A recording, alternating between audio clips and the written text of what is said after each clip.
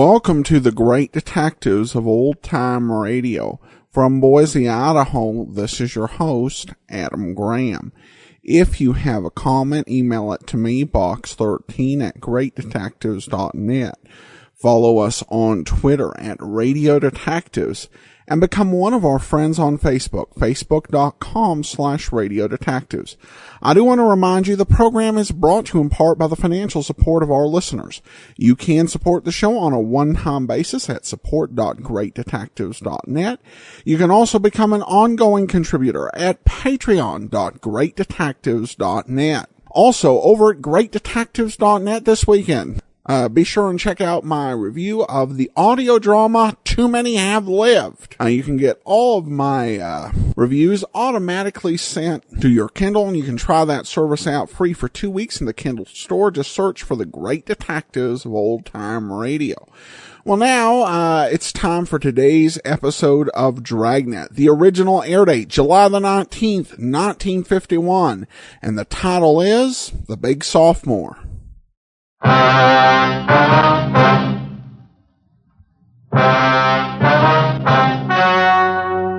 The story you are about to hear is true. Only the names have been changed to protect the innocent.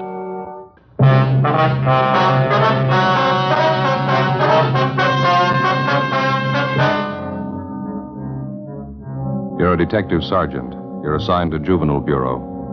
Dozens of petty theft cases are reported in one of the residential areas in your city. The victims, neighborhood businessmen. The suspects, teenage high school students. Your job? Stop them.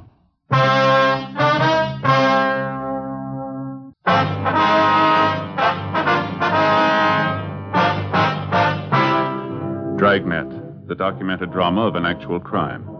For the next 30 minutes, in cooperation with the Los Angeles Police Department, you will travel step by step on the side of the law through an actual case transcribed from official police files. From beginning to end, from crime to punishment, Dragnet is the story of your police force in action. It was Tuesday, February 4th. It was cloudy in Los Angeles. We were working the night watch out of Juvenile Bureau, assigned to University Division. My partner's Ben Romero. The boss is Inspector Bowling. My name's Friday. We were on the way out from the office, and it was 7:13 p.m. when we got to the corner of South Waverly and Chester Avenue. The grocery store. Guess that's him back there at the meat counter. Yeah. Come on. Looks like he's getting ready to close up. Yeah, I guess we just about made it in time, huh? Excuse me, sir? Yes, sir. Help you, gentlemen? We're looking for Henry Loomis. Yes, sir. That's my name. Police officers, Mr. Loomis. My name's Friday. I believe I talked to you on the phone. Oh, yeah. This is my partner, Sergeant Romero. Hi, Mr. Loomis. Wonder if you'd mind waiting a half a minute, officers. Just getting a little bookwork straightened out here. Today's receipts. Yeah, I'll go right in. Well, it'll take but a minute. Let's see here. 37, 45, 37. There we go. Ain't that lousy bookwork. Gonna get a girl to come in and do it one of these days. Let's go up front here and talk. All right, sir, fine. Pull up a couple of stools there. Might as well be comfortable. Yes, thank you. Thank you. You talked to any of the other merchants in the neighborhood yet? No, sir, not yet. We'd like to find out what you have to tell us first. Well, it's one of those high school kids, I can tell you that. I'm sure of it. I don't want to sound like an old grouch, but this stealing's got to stop. You get quite a bit of business from the high school trade, do you? At the noon hour, and then just after school lets out. Usually have quite a bunch of them in here around those times. Mm-hmm. Do you especially cater to the high school crowd? I mean, do you serve lunch here or anything like that? No, I don't. I usually get the kids to take their lunch. They come in and buy soda water or milk to drink with their sandwiches. They seem like such a nice class of kids. I didn't think they were thieves. Well, how long has this stealing been going on, Mr. Loomis? I'd say about 10 days, 2 weeks. It's not very hard for them to get away with it. 15 or 20 kids crowd in here during noon hour. I'm usually busy up at the counter. It's no great trick for any one of them to make off with a couple of dollars worth of merchandise. You say this happens just about every day? Every day the kids are in here, yeah. I tried playing detective myself for a while, trying to catch the guilty ones. Didn't do much good. Mm-hmm. As long as this stealing's been going on, Mr. Loomis, has it ever amounted to more than just a few dollars worth of food every day? No, that's the funny part of it, Sergeant. When I check back on my inventories, it's always just about the same amount. A few cans of meat, vegetables, butter, a few loaves of bread. It's not so much the value of the stuff. I just don't like the idea of some kid making a fool out of me day after day. Has your cash register ever been tampered with, you know? I mean, any money stolen? No, sir, that's another thing I can't understand. If a kid's going to turn thief, you'd think he'd go after the cash. Whoever's doing it, they've never tried anything like that here. Well, how about some of the other merchants in the neighborhood, sir? You mentioned on the phone there were a couple of others having the same trouble that you are. Yes, so there's George Brophy. He's the newspaper distributor, and there's Collins. He's got the grocery place up the street. You can talk to them. I gave you their addresses on the phone, didn't I? Yes, sir, you did. Just one more thing, Mr. Loomis, about this crowd of high school boys that hang around here.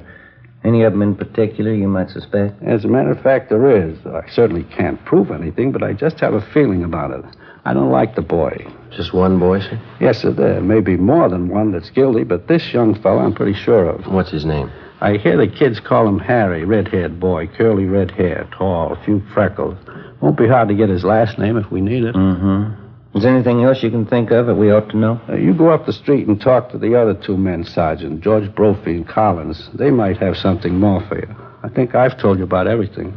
All right, Mr. Loomis.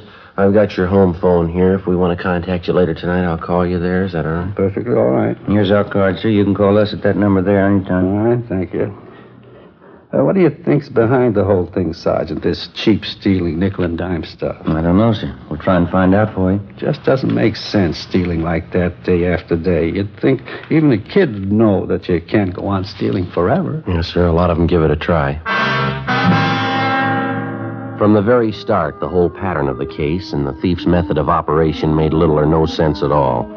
The thefts had been going on for more than 2 weeks, and they'd all taken place in a 12-square block area.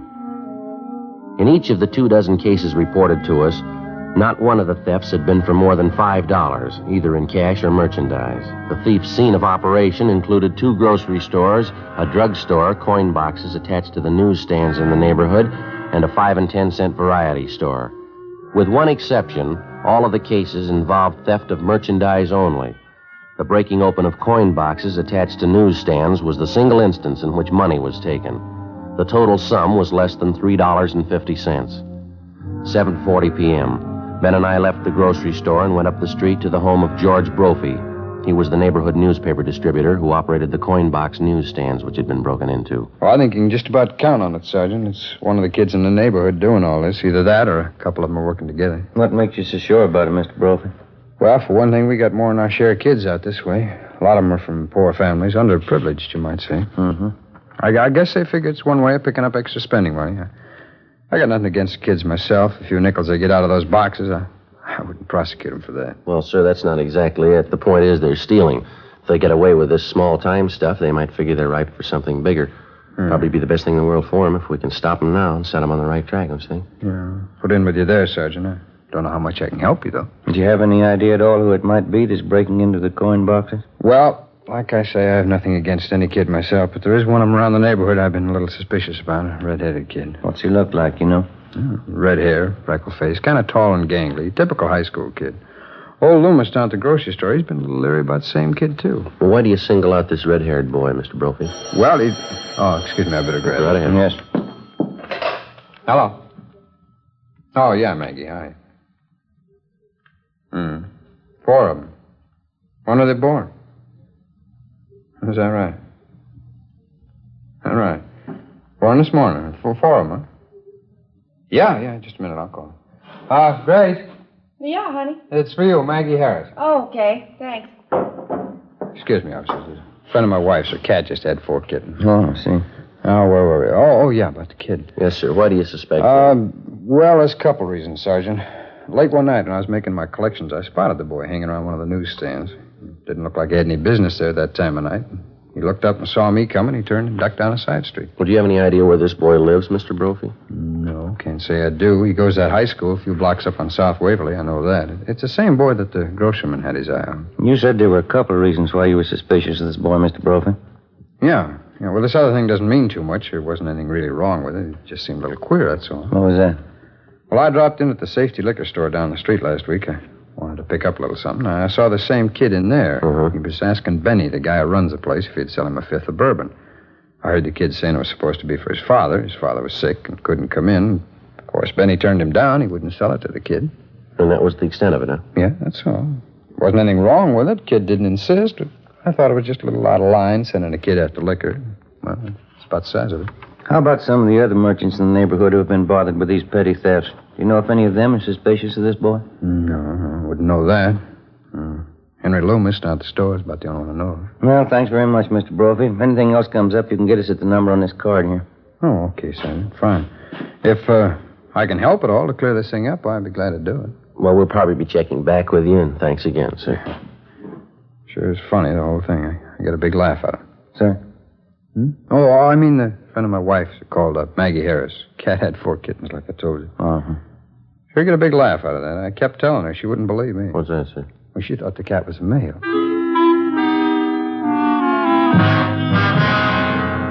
The next morning, Ben and I continued checking with various merchants and residents in the neighborhood where the series of petty thefts were taking place. We located and questioned one more shopkeeper who was suspicious of the tall, red-haired boy known as Harry. That afternoon, we went to the high school on South Waverly Avenue to check on him. From his first name and his description, he was identified by the boy's vice principal as Harry Thomas Dunbar. He was 18 years old and a sophomore with an average scholastic record. We were told that Dunbar had left the grounds about half an hour before with the high school's basketball team. The group was headed for one of the local sports pavilions where the team had one of its more important games scheduled for that afternoon. Harry Dunbar was in charge of selling the printed programs for the game. Ben and I drove out to the sports pavilion and checked with one of the boys collecting tickets at the door. He told us we'd find Harry Dunbar inside at the program stand. These high school kids sure take their basketball seriously, don't they? Yeah, big turnout, sounds like.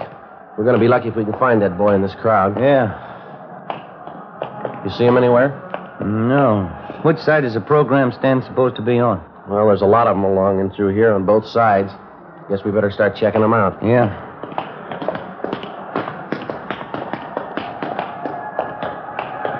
Joe. Yeah. That stand back there on the left, you see? Red-headed kid? Yeah, let's check him, huh? Okay. Programs, dime. Complete programs for the game, 10 cents. Excuse me, son. Program, mister? Your name Harry Dunbar? Yeah, that's right. We're police officers, Harry. We'd like to talk to you for a few minutes, if it's all right. Oh, well, I can't talk to you now. I'm pretty busy selling these programs here. Then suppose we wait a few minutes, son. See, you only have a few left there to sell. No, it wouldn't do any good waiting. When I sell these, I got something else to do. It's only going to take a few minutes of your time, Harry. We won't keep you long.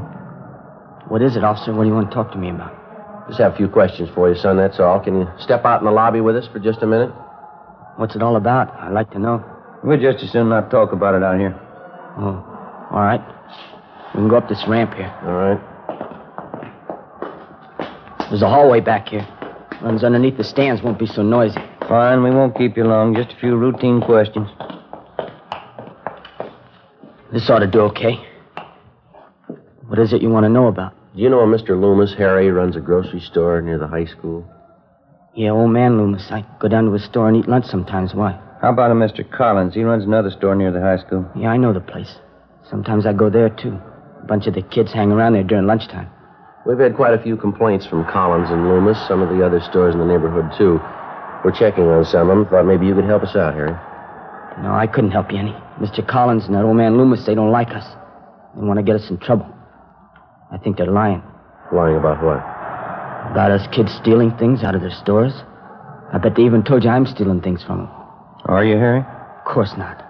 They can't say any of us stole things. They don't know. They can't prove anything. Do you know the man that distributes newspapers in your neighborhood, son of Mr. Brophy?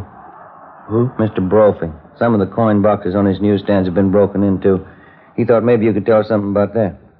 Why me? I don't know any Mr. Brophy. Well, he knows you, Harry. He saw you hanging around one of the newsstands one night, and there's something else. He saw you trying to buy a bottle of liquor in the neighborhood. Is that right? We've had 3 or 4 reports on you, son. What do you say? You want to tell us about it? They're crazy. I haven't done anything. Well, you got nothing to worry about, son. I won't tell you anything. Look out, Ben. Here, grab him. I got him. All right. Hold it up, son. Let me go. Let me go. Take it easy, young fella. I haven't done anything. I haven't. Now let me go, please. I haven't done anything. Why'd you try to run away? I have to get home. I got to get home right away. All right, son. We'll take you there. No, you can't go with me. I have to go alone. Afraid we're going to have to hold on to you, Harry. Either we take you home or we take you downtown. Which is it? I tried to tell him I couldn't do everything. I tried, but it didn't work out. I can't do everything. What do you mean, son? Take me home. I'll let them tell you.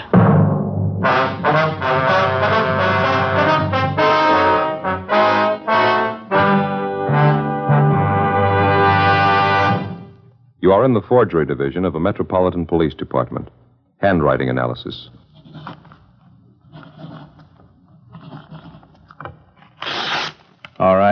Now write the alphabet in lowercase, please. You are listening to a police officer taking a sample of a suspect's handwriting. This handwriting sample will be compared with a forged signature. Side by side, two signatures may often look alike, but closer examination will prove a world of difference.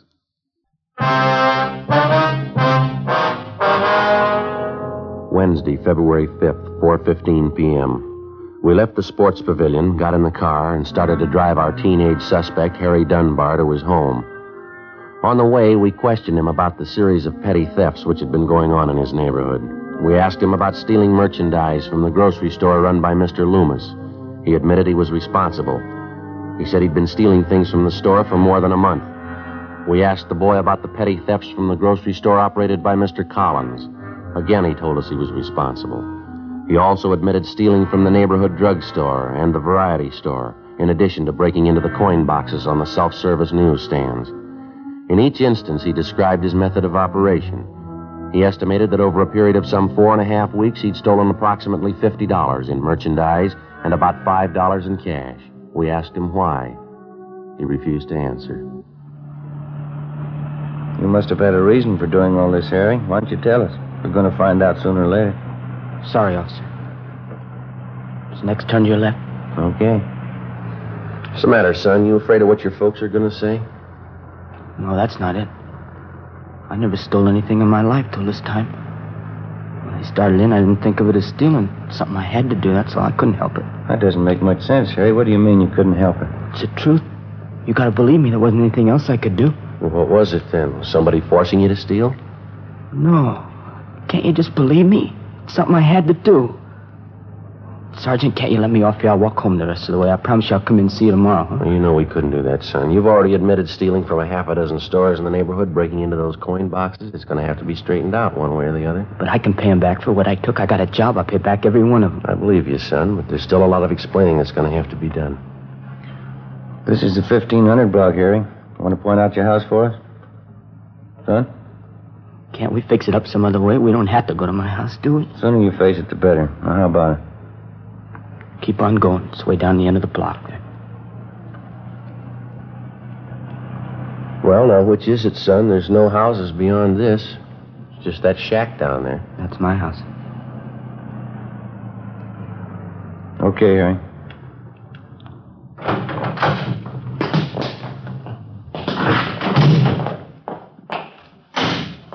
Maybe I better go in first, see if everything's all right. It'll be all right. We'll come with you. Ben and I followed the boy up the stairs and into the house. From the outside, it looked run down and badly in need of painting. On the inside, it still looked in fair condition, except for the housekeeping. The floor of the living room was littered with soiled clothing, ashes, dirt, and dust. The few pieces of furniture didn't look much better. A card table set in one corner was crowded with dirty dishes and scraps of half-eaten food. Across the room was a baby in a crib. Couldn't have been more than a few months old. Apparently, the bedclothes in the crib hadn't been changed for days. Next to the crib, huddled in an army cot, underneath a few thin blankets, was a dark-haired little girl, maybe 2.5 years old. Her face was thin and pale. She was asleep. Through an open door, we could see into the next room where a woman was lying on a couch. There was an empty glass and a newly opened bottle of whiskey on the nightstand. Should have let me come in first, officers. Would have had a chance to clean up a little. Kids mess up the house, Harry, is that you, Harry? That's my mother. Resting a little, I guess. This is the baby in the crib. His name's Jerry. Well, that's my little sister on the cot there. Her name's Annie. Get your mother out here, will you, son? We want to talk to her. Don't get mad at her, huh, will you? Ma's had a tough time lately. She tries to do her best. What's the matter with the kids here, son? Have they been sick? Yeah, the baby had a cold, but I got that medicine there from the drugstore. He seems to be okay. I'm not so sure about Annie, though. She had a bad cold. Doesn't seem to be getting over it. You want to take a look, Ben? Yeah. Get your mother up, son. Yeah. All right.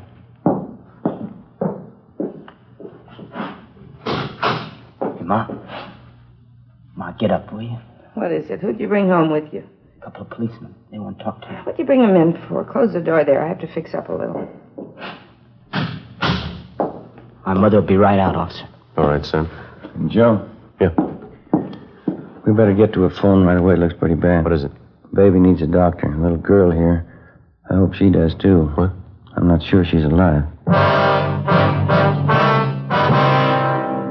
An ambulance was called immediately, and Harry Dunbar's 2-year-old sister Annie and his baby brother were both rushed to the general hospital. The mother, identified as Mrs. Florence Dunbar, was taken downtown and booked at the main jail on a drunk charge. 6:45 p.m. We took the boy, Harry Dunbar, over to Ben's house. We put in a call to the general hospital to check on his little sister Annie and his infant brother. They told us both the children were suffering from malnutrition. The little girl, Annie, had double pneumonia. Miraculously, the baby seemed to have been spared. He was sick, but his condition wasn't considered serious. After Ben's wife fed him dinner, 18-year-old Harry Dunbar sat down and told us the story. 3 months before, his father had deserted the family. His mother had made a pretense at supporting Harry and the 2 babies and then gave it up in favor of drinking. The whole burden of keeping the family alive was piled on the youngster's shoulders. Besides school, he had 3 odd jobs that he worked at to earn enough money to pay the rent, the gas and light bill, food, and general necessities. It wasn't enough, so he had to take to stealing. His mother wouldn't work, but at the same time, she wouldn't let the boy apply for charity. He slept at Ben's house that night, and the next morning at Juvenile Bureau, he gave us the rest of the story. I guess it got too much for me. I don't know. I could sneak the food and medicine from the stores, all right, but couldn't seem to get enough money together. The rent bill and all that. Kids needed clothes, too. Well, why wouldn't your mother let you apply for help, son? Some of the local charity. Well, Ma'd never go for that, officer. She'd get mad when I talked about it. Said she had too much pride to take charity. Mm-hmm. Did your mother know that you were stealing the food and medicine that you used to bring home? I don't know. Guess so. Wouldn't be so mad at her, but every time I got some money together to pay bills, she wanted me to buy whiskey for her. She begged so much I couldn't say no. We're having your mother brought over from the main jail, Harry. We'd like to find out if we can't locate your father. You want to check outside, Ben? See if they brought Miss Dunbar over yet? Yeah, okay. Thank you. How about the kids, Officer? Annie and the baby? How they doing? Well, I checked the hospital, Harry. The doctor's going to call us as soon as he can. I should have known better. Poor little kids. I could take care of myself, but they had to depend on her. She'd only stopped drinking. Go right in, Mrs. Dunbar. Harry, you all right, son? What have they been doing to you? I'm all right, Mom. No, don't hang on me like that. I was worried about you, Harry, you and the kids. I'm sorry they got sick. I didn't know. It's just bad luck, Harry. We got to stick together, you and me. There's a chair here, Mom. Sit down, huh? Hey, Joe. Yeah? Hospital call. They took the message outside. Here you are. Well, thank you. The hospital, officer? About Annie and the baby?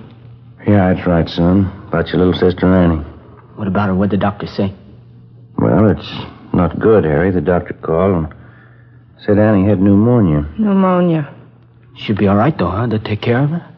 Well, it's not that way, son. I mean, the doctor said... Oh, look, you tell him, will you, Joe? Well, what is it? What about Annie? We got a right to know. She's my little girl. Sergeant, you can tell me. You want to sit down, Harry? Yes, sir? Annie died 10 minutes ago. The doctors tried. They couldn't help. Annie dead?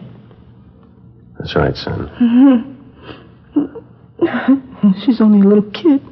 She's only 2 years old. Harry. Harry, son. Poor little Annie. Why did it have to be her, my own little girl? My own little Annie. Be good to me, son. I don't know how I can stand it. My own little girl, Annie. Go outside, Mom. Go outside. No, Harry. I need you. I need you more than ever, son. Be good to me. We have to stick together now. We gotta love one another. All right, Miss Dunbar. No. I need Harry. He's all I got. Aren't you, son? It's so hard sometimes. Everything's against us. Lord only knows I've tried. We've got to try to be happy, to stay together, love one another. Lord only knows. Will you shut up, Mom? Harry, don't blame me, son.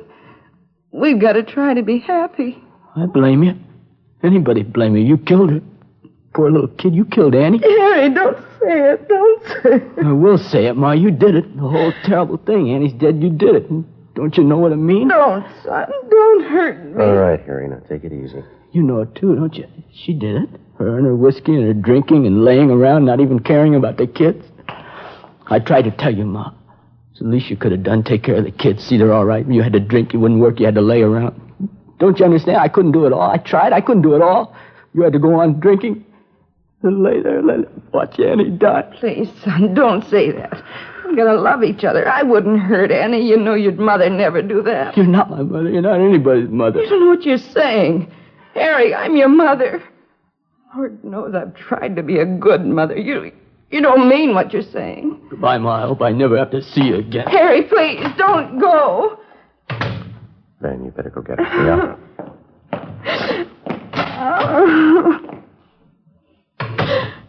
He wouldn't believe me, Sergeant. Lord knows I've tried. It's not easy, a husband deserting you the way Charlie did. 3 kids on your hands. What can I do? Yes, ma'am. Harry ought to understand. I tried. Lord knows it's the best anybody can do. Just try and hope for the best. Yes, ma'am. I've only got one question. Yes? How hard did you try?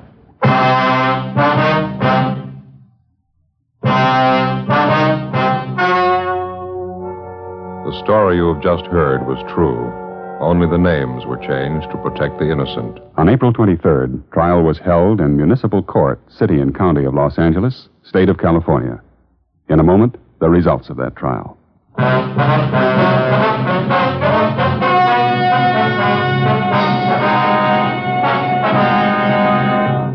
18-year-old Harold Dunbar was filed on in juvenile court.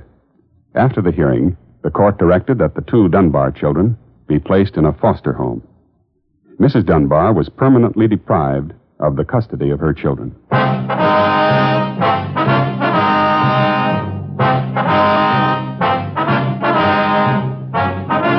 You have just heard Dragnet, a series of authentic cases from official files.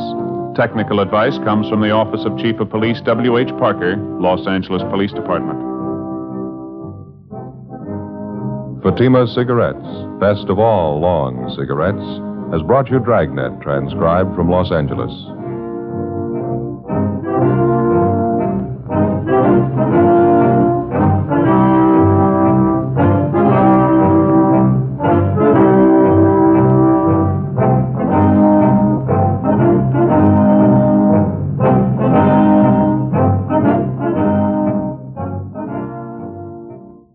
Stay tuned for Counter Spy, next over NBC.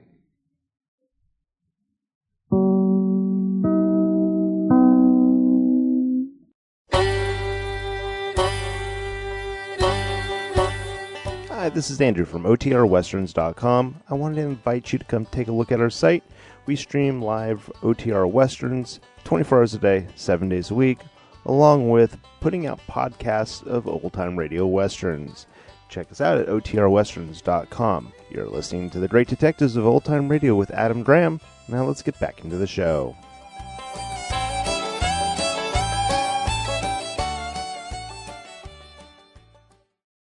Welcome back.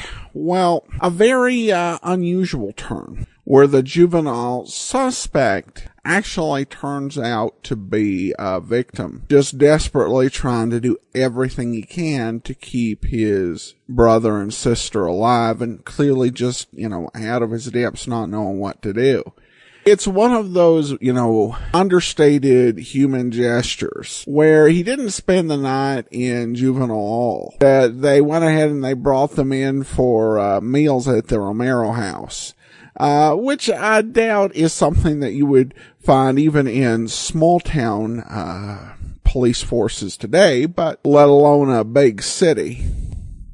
And it does once again bring home the dangers and the reality of child neglect, and abuse, which was something that Dragnet, as we can hear, this is 1951, and this is one of the big things that Jack Webb emphasized throughout the run of the show, and you can follow it, from 1950 to 1970, and you hear those type of episodes raising those type of issues where awareness was nowhere near where it needed to be. So a fascinating episode, and I hope you enjoyed it. That will actually do it for today. We have something special coming up for you. It is a preview of Night Beat with a little bit of commercial by Dick Powell. Be sure and listen to Night Beat tomorrow. Monday, Michael Shane. And then next Saturday, another episode of Dragnet. In the meanwhile, send your comments, box13 at greatdetectives.net. Follow us on Twitter at Radio Detectives, and